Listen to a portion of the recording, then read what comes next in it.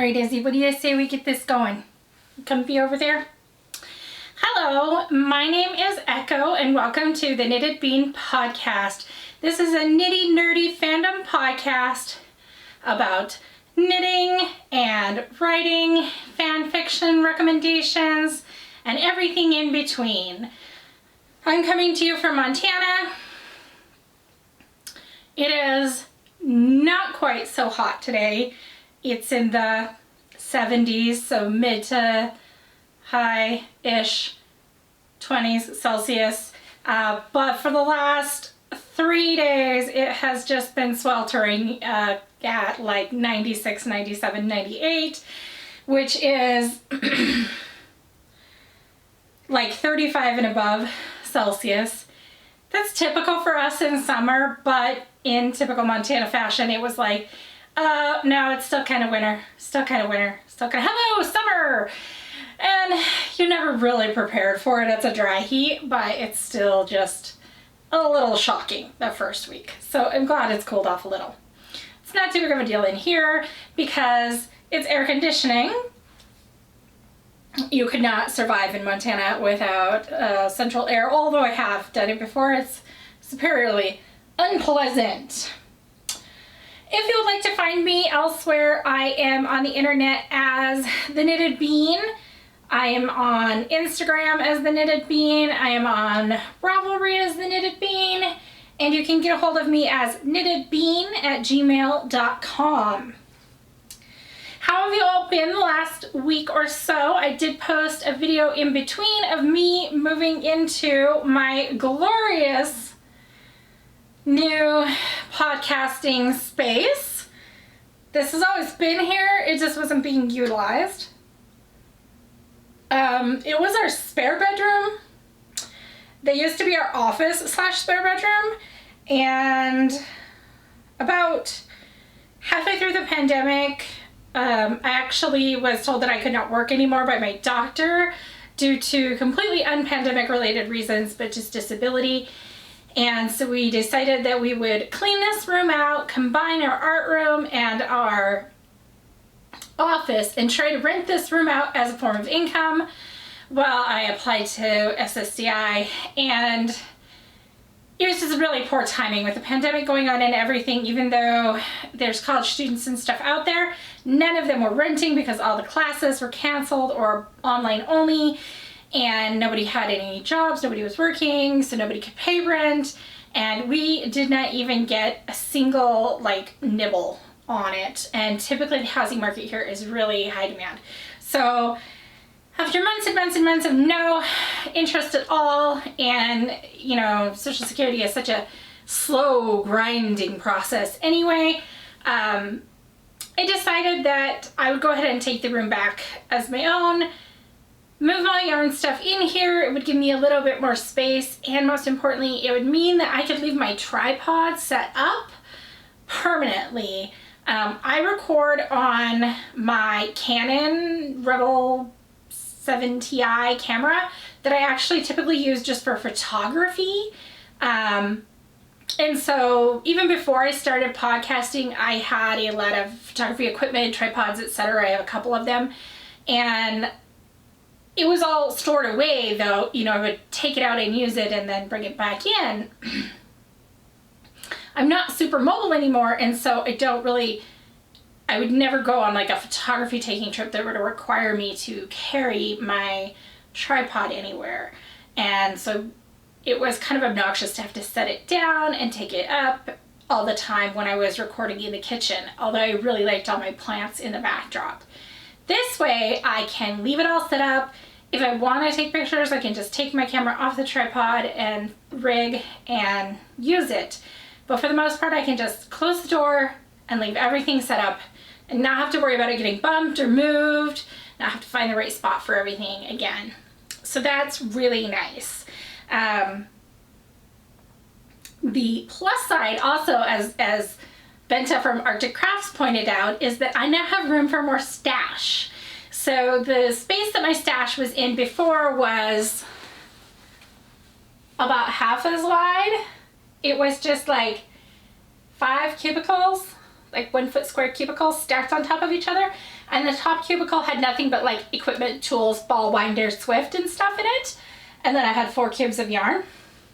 So now I have like more than double the space because the top part is not relegated to tools. It's twice as wide. And I actually have in the other shelf over there some acrylic in a basket below, as well as the basket on the bottom of here that has acrylic. Because as much as I love my hand-dyed yarns, there's some things that are just acrylic is really good for. Baby knits, blankets that you're going to want to be able to throw in the washer, things like that. And so I do have, though I have less of it than I have hand-dyed yarn, I do have like a moderate-ish acrylic stash as well.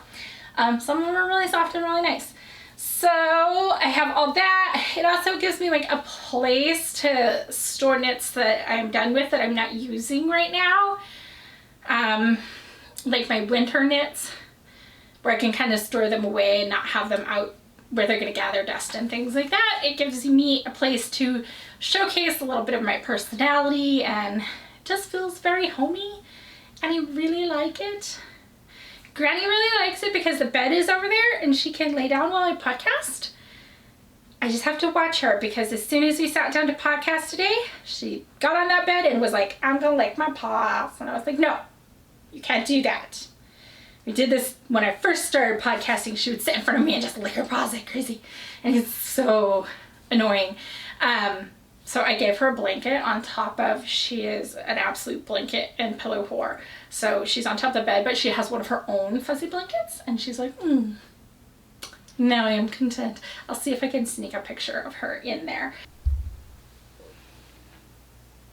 You get a sneak little peek at Granny sleeping by my computer with my notes. She woke.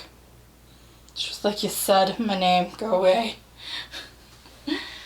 So she is content. If you see me looking over here, it's because I have my show notes over here on my computer. They were like really awkwardly out of the way over here if I put them over here.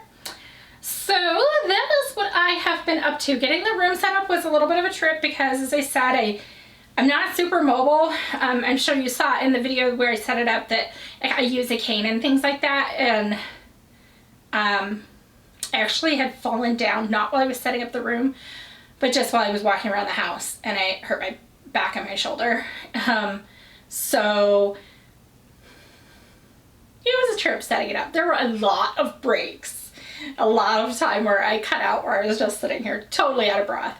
But such is life.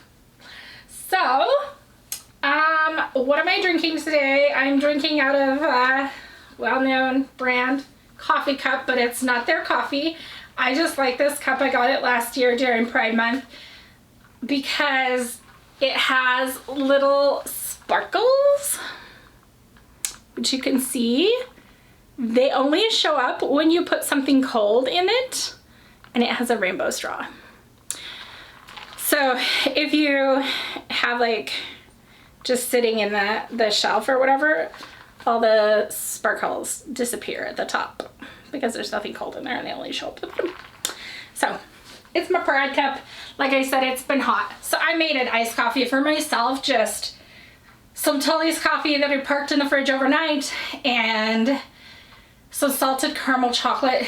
I think it's Torriani brand syrup that I had, and almond milk. Because all my coffee always has almond milk in it. And it's, I have to admit, really good. I kind of wish I like made it a big batch, but that's the only one I have. So a little bit of business. The inclusion cal is still going. We have a little under a month left. It's going to end on June 30th. And it's under the hashtag inclusioncal on Instagram. Anything goes that is inclusive. It could be for gender, it could be for sexual orientation, it could be for mental health. I know I've listed off like a bunch of them, but like it does not have to be those things. It could be BIPOC, it could be immigrant rights, anything like that that you just feel like really needs some attention and would benefit from being more included in the mainstream of things, I should say. Just to kind of draw attention to it. I have every intention of knitting some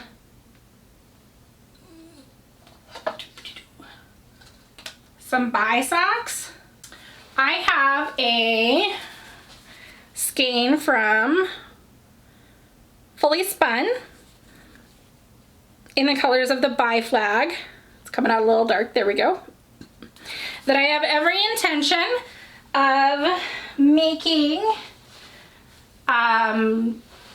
toes, heels, and probably just a couple of rows of the ribbing on a cuff of some socks with.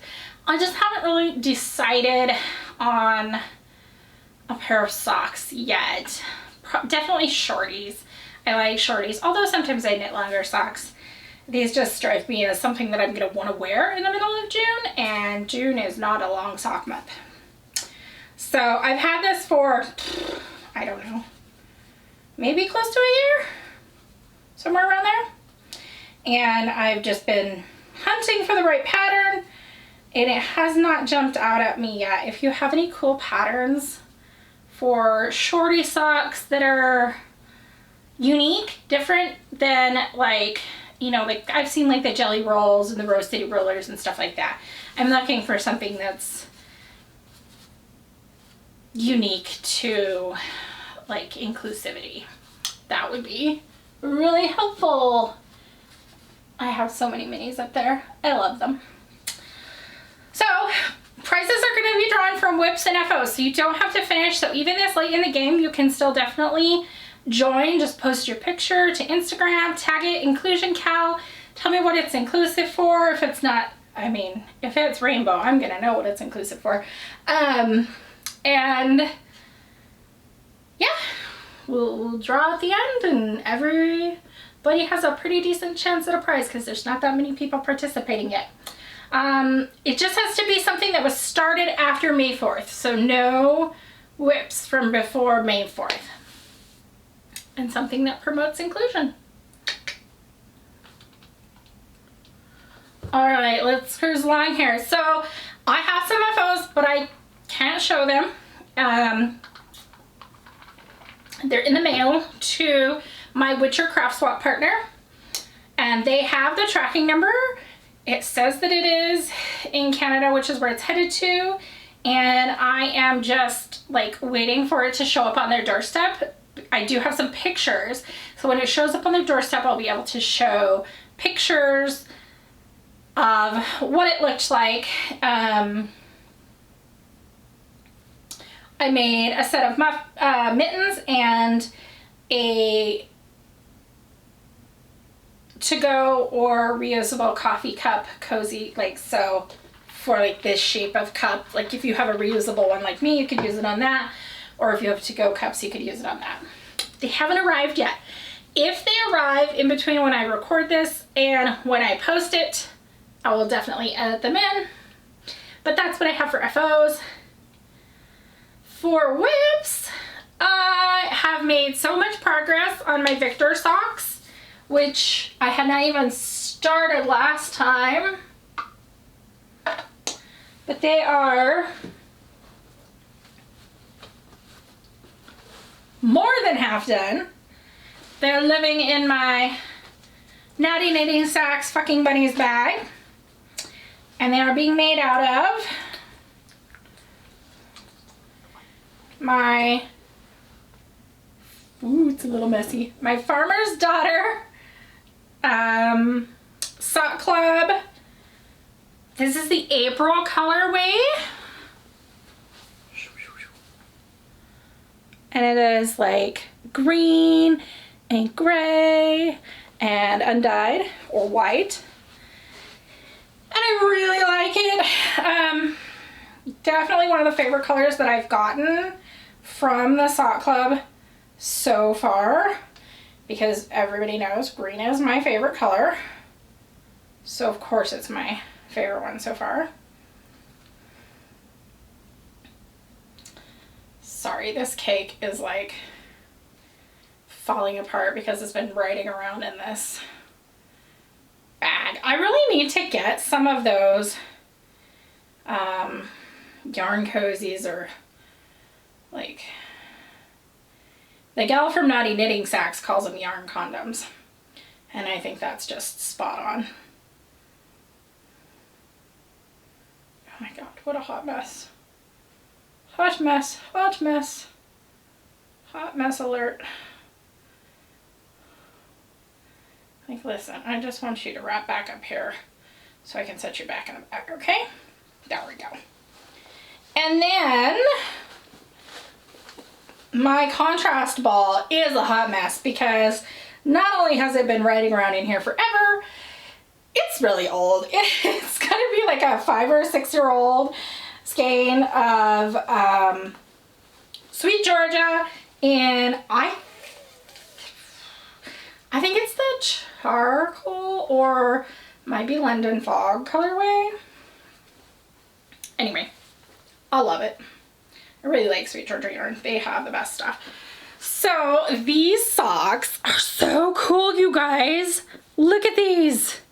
This is sock number 2, and I only have another maybe inch before I'm putting in the heel on that sock because I am already done with sock number 1.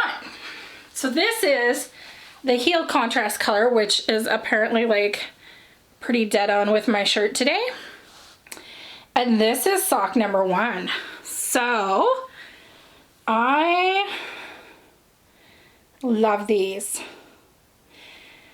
I did a little heel tab flap, boop boop, for pulling your sock up. I just improvised it. And then this is the other side. So these are mirrored. The next sock, this will be the top. And when you put them next to each other, they will make a spiral. So I am super excited about these. I thought I might actually have them finished by now, but I had a couple days where I just was really, my tracking ability was really not there for doing its all chart, and my tracking ability was just really not there for doing the charts. So these are the Victor socks. They are from that book that I got. It's called Op Art Socks. Such a good book, and I want to make more stuff out of it. So it's a Pintler sock, which I think that's their 8515. And I know I'm always saying that I hate color work, because I do. But this color work, this was actually fun. It's such a short like interval between each color switching that very, very rarely do you ever actually need to catch your floats. And so it was just really rhythmic and easy. Like most of the time it's only 3, 4, or 5 of one color, and then you switch to the other. And so you're never having to catch your floats, especially on that tiny gauge. Lovely. The only problem that I have is I did like the toe on a 0 because that's what I usually use. And then I went up to a 1 for the color work, which I've done before on other socks, and that's worked fine for me, and still being able to like get it over my heel. Those were not all over color work socks though. They had color work at the toe and color work around the cuff. And these are toe to top color work. So I finished the top one, and like I would be able to get the cuff over, but the color work right below the cuff, like where the cuff and the heel combined, that will not go over my heel. And it's close. I mean, I could try blocking it out, but it's probably maybe 1/2 inch to 1 inch too tight. So these are going to end up being a gift, which is fine. I think what I would do is, if I knit a pattern out of this book for myself again, I would go up, I would do a 1 for the toe, and then use a 2 for all the color work. and I would probably be fine. I'm just a really tight knitter to start with. And I have really like big feet, like wide feet. Like I need wide shoes. So it's just something that I would keep in mind next time I did it. On the other hand, these are gonna make such a cool gift because they're just so wild and like trippy when you look at them. I am excited. I will definitely knit other things out of that book. Okay, other FOs that I have. I brought out and I have been working on my curling mist socks, which I hadn't worked on in quite a while. They were just kind of like a backseat project for me. These are from Helen Stewart of Curious Handmade, and they were out of the Curious Handmade Sock Society #4. They are living in probably the naughtiest knitting bag I own, but I love it anyway. And they are knit out of Twizzlefoot by Mountain Colors. So the main color is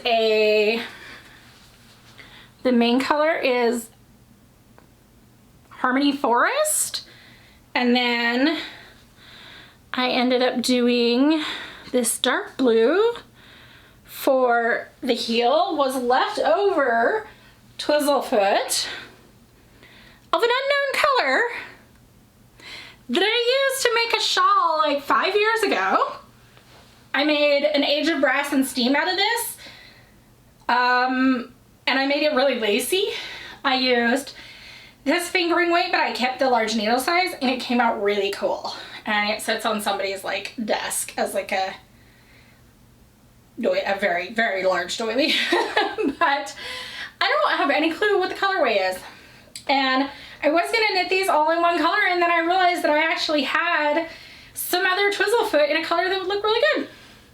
And it's cool because it like brings out the little bits of that darker blue that are in this. So this is, again, the Curling Mist socks. What is that going on there? There we go. The Curling Mist socks from Curious Handmade. And I swapped it. I do not do heel flip and gusset, you guys. I swapped it out.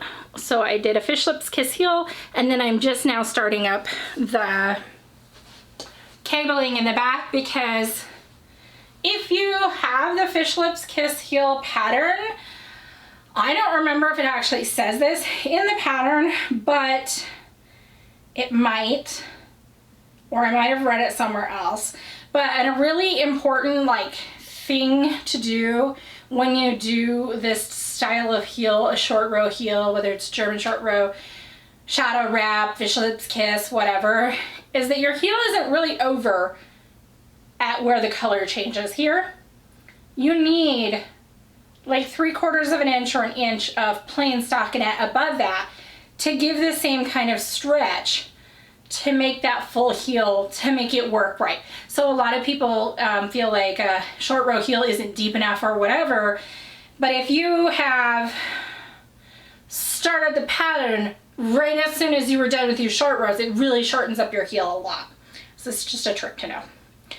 Anyway, these are being done on size 0. I always do a 9-inch circular, and these are on a Hiya Sharps 9-inch circular, which I like the sharp a lot.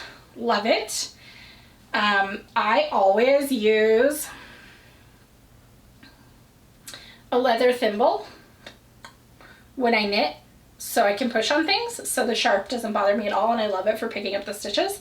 The only thing I don't like about the Hiya Sharp is right before the needle join, the cord flattens out, and I feel like that just makes it really floppy, and I'm always waiting for it to break. Anyway, the last time I hadn't put a stitch marker on these, but the last time you guys saw these, I think they were like right here.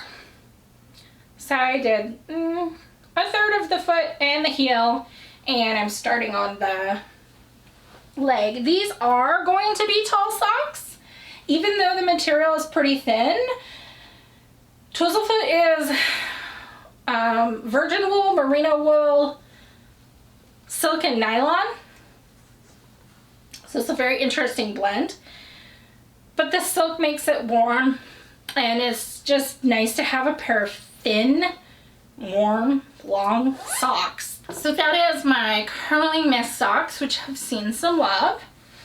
And then just today I did cast on the beginnings of a Toddler Flex. I don't know if you can see it. I'm just not used to being quite this far away from the camera. I might, let me know if you would prefer it like more zoomed in. It's really hard for me to tell and see that far away if this like looks good or if I should be closer to the camera. And I feel like I need to get up to show things to the camera.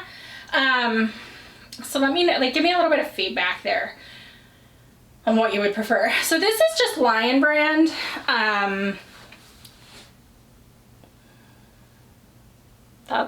There we go. Lion brand, Heartland. This is the Hotsprings color. It's 100% acrylic.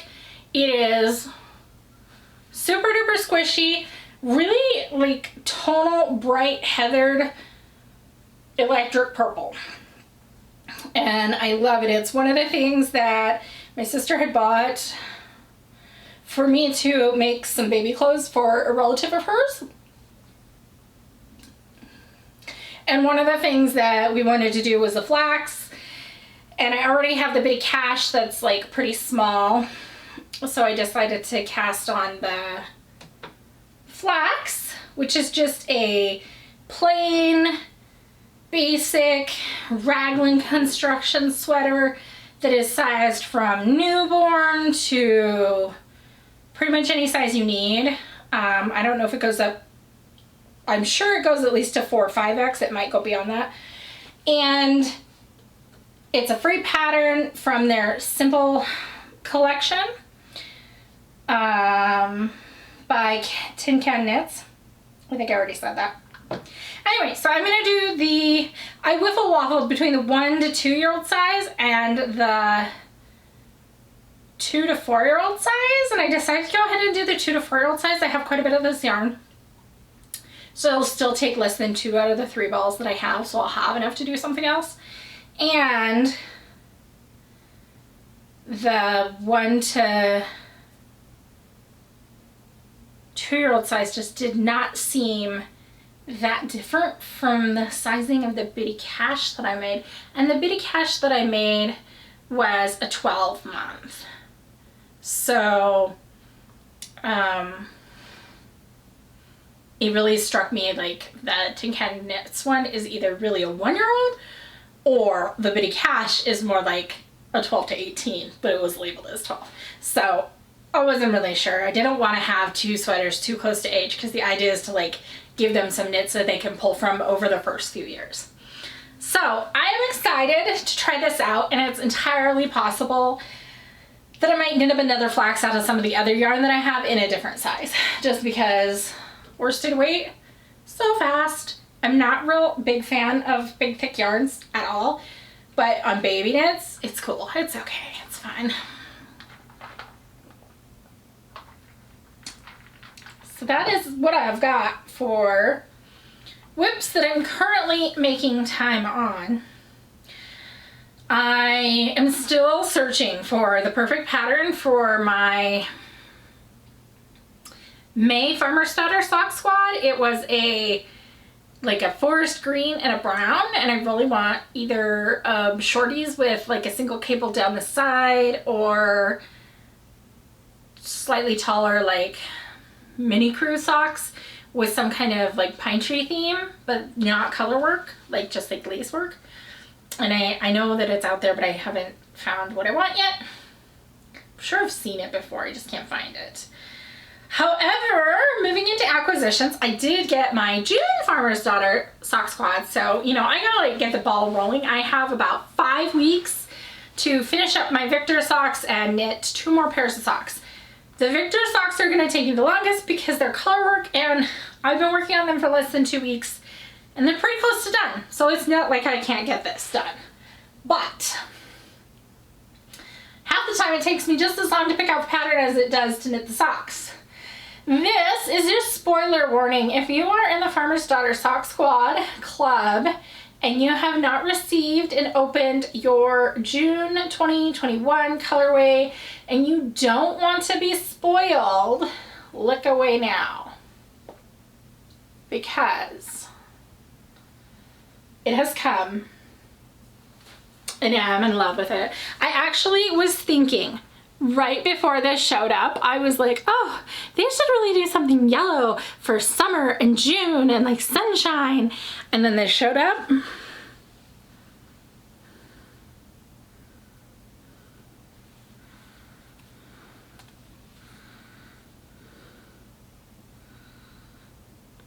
In all its glory. And it is called Summer Sorbet. And I'm like, oh, I love it. And I think I already have a pattern picked out for it. Let me look real quick.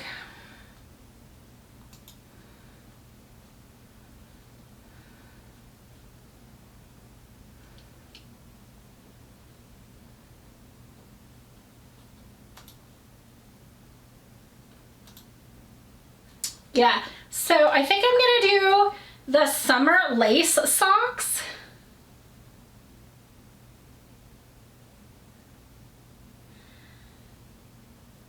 And I'm gonna butcher this last name. By Tracy Bakalokin. I'm so sorry if that was wrong.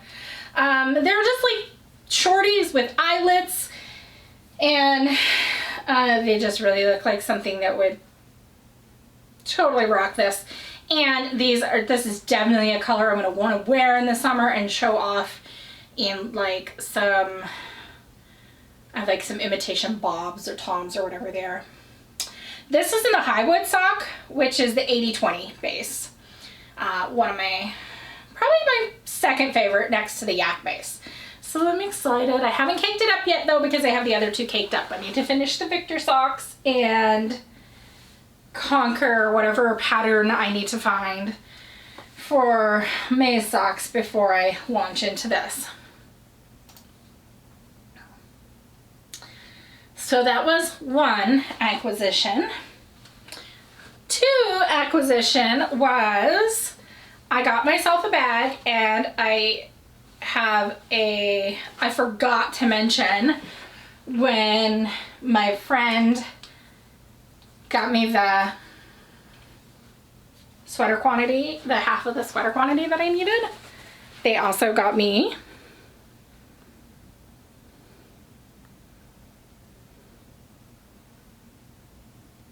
a Sock Squad pin. The bag that I got myself that I just could not resist is a Fat Squirrel Fibers bag. And yes, those are some Fat Lady Tushy mushrooms. And I actually was watching her podcast, saw that she'd gotten this fabric and was making bags out of it. And for the first time in my life ever, I set an alarm and went and shopped somebody's update, because I was like, I love mushrooms and fungus and like the whole world of those things, and anything that's like Fat Lady Pride, I am so here for. So I got this. It has a nice handle. It's just plain beige inside. And it's currently holding my next sock project, which is that May stuff from Farmer's Daughter. I am going to cut here, and I'm going to bring it forward so that I can show you some things. Okay, for the last bit of my acquisitions, I did go ahead and bring the camera closer so that I can show you. a bit of what I got. So I did participate in the Witcher Craft Swap 2021 put on by Anan Blueberry on Instagram. And I got my package from Laura, who is the Timestitcher on Etsy and Instagram. And she does amazing period typical like costuming and cosplay, etc. pieces that she sews, but she also does a bunch of other things. She's just super crafty. She makes coasters and she does some beading and she does, you know, obviously the sewing, and she has been getting into painting miniatures, which it looks, you know, if you looked, I looked through her Instagram timeline and I could see that like she's been taking classes on how to paint miniatures, how to get accurate skin tones for different people, and how to do all these cool painting techniques, and she is so good at it. So the package that I got from her was amazing. So our packages contained one large item and then two small items. I got one of her coasters, which she does sell on Etsy. They are $5.50, which is insanely cheap, super good price, and these are super high quality. This is what my drink has been chilling on over here the entire time, and normally it actually chills out by my chair in the living room and guards my table out there. So this one is it's a little bit hard to get on the camera there, kind of a gray marbled background with the Witcher and Swallow, so the wolf and swallow pendant of Geralt and Ciri on it, and it's super cool with cork backing, really high quality. And I already know that I want to buy one for my writing partner in Germany because I saw the ones with the little beehives, and Di really likes bees, raises bees in fact. And so I'm like, I know what I'm gonna get to go in their next package. Another thing that came in my package was, let's see if I can get it down without making a giant mess, this bookmark. It is beaded and it has on each end, there we go, a wolf bead. One end is black and silver for Geralt, and the other end is red for Eskel. And then in the middle, the beads run, see if we can get it to show, from one color to the other.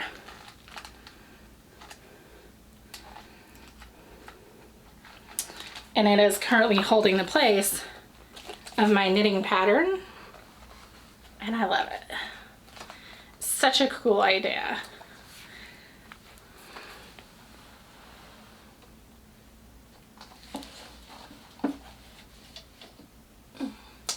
The last thing that I got from her, and I will insert some pictures because I actually did whip out my close-up macro, or I'm having a brain fart now. Yeah, macro lens, duh, having serious brain fog today, and wide angle and whatnot, and take some cool pictures of these. But living over here on my shelf is a miniature diorama.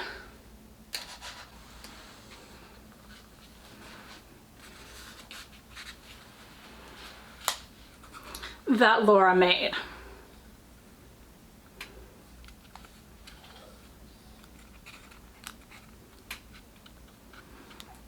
It has a wyvern, it has Geralt, it has Eskel, and of course it has goats because Eskel would be nothing without goats on this. awesome background of castle walls and Cameron Valley style grass and paths.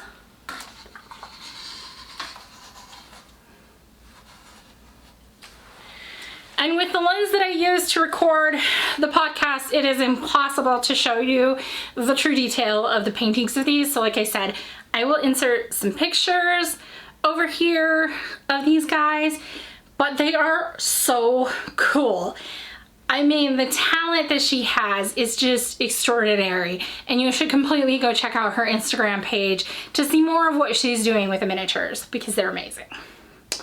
That is what I got, and I'm excited to see what the person that I sent to thinks of what they got. Hopefully they are just as happy. The whole craft swap was super fun to participate in, and I hope that it happens again. Speaking of Eskel and Geralt moving into the fandom, I have a rec for you that is not really fanfic. It is only fanfic in the sense of the person who wrote the story is not the creator of the original world. They do know each other though, and that is not a normal thing for fanfic. Typically when we're talking about fanfic, we're talking about someone who has never met or dealt with the creators of some kind of media, whether it's movies, comics, video games, etc., and then they're writing stories based on that or creating crafts or artwork based on that. In this case, there's a person who goes by the pen name of Maverick Werewolf, and they have been writing about werewolves since they were young, and they have created a whole world to put their stories into of original fiction, and have even self-published those stories, and you can go online and you can buy books that are based in that world featuring characters that Maverick Werewolf has created, and I will drop links to those below so that you can check those out. Then someone that Maverick Werewolf knows has come along and has said, you know, I really like this world and I have this character that I'm creating and I want to set it there, and they were like, oh, that'll work good. So when you go click on the link for this story that I'm recommending, which is called Arrowbait on an archive of our own, it will say that it's by Tafferling and Maverick Werewolf. And in talking to Maverick and Tafferling, they said that really this story is written by Tafferling, and Maverick Werewolf has only been put on there so that they have credit for creating the world. But they did, like, you know, they interacted around that story, and that's not typical of what we would think of as fan fiction. Typically we would think of original fiction as a novel that is published and separate from fan fiction, where the person who writes the fan fiction never talks to the person who wrote the original novel. And in this case, there is some mixing of communication there, and it's really cool that they are cool with that. It runs about 10,000 words. It is 4 chapters. It's complete and is rated M. It has some hints of eroticism and a lot of intrigue and murder and mystery, and it's a heist fic, and you all know I love heist fics. So it stole my heart immediately when I read the summary, and the summary basically said, you know, this wood elf has something that they need to do, and what they need to do is this imperial woman. And I was like, ooh, a little bit of sexy intrigue. I like this, you know. It is not explicit. It's not gory. There's nothing that's gonna make you blush or make you, oh, that's a little too much blood or anything like that. So even if you have never dipped your toes into fan fiction before, I still recommend you just go check this story out and just give it a read, because it's just this hidden gem of a wonderful short story. And it kind of leaves you with this little burning desire to read more. And then if you want to read more, you can go and dip your toes into the whole world of Wolfgard that Maverick Werewolf has created. And if there's anybody who is an expert in werewolves and the actual literal mythology, etc., surrounding werewolves, that would be Maverick Werewolf. It is their job. It is something that they've studied and have a degree in. So the world is built really well.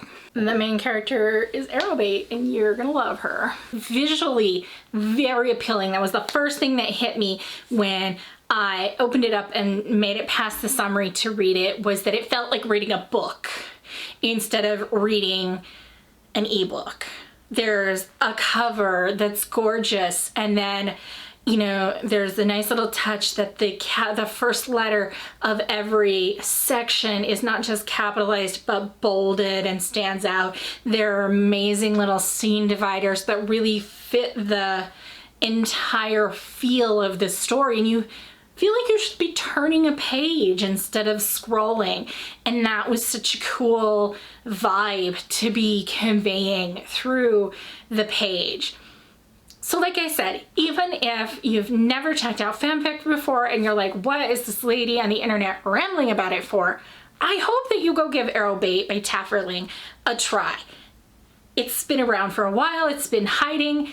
Tafferling put a lot of work into making this story nice and interesting and visually beautiful. And I think it deserves your time to give it a chance. So that's what I have for a rec. Of course, as always, I will drop the link below, just like with everything else that I've talked about in this podcast today.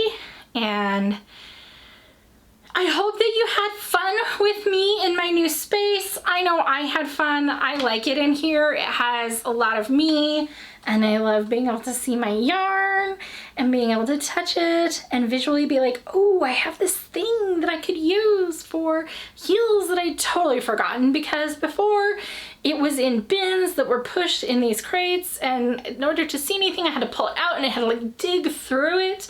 And while that was like tactile fun, it also meant I didn't dig through it very often. And now it's all out and I can see it and I love it.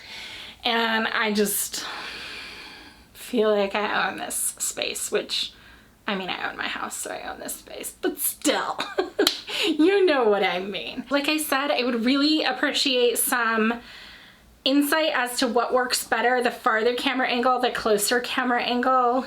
I hope that something strikes your fancy and you're able to join us for the inclusion count, even if you're not going to finish, because you will still be eligible for prizes.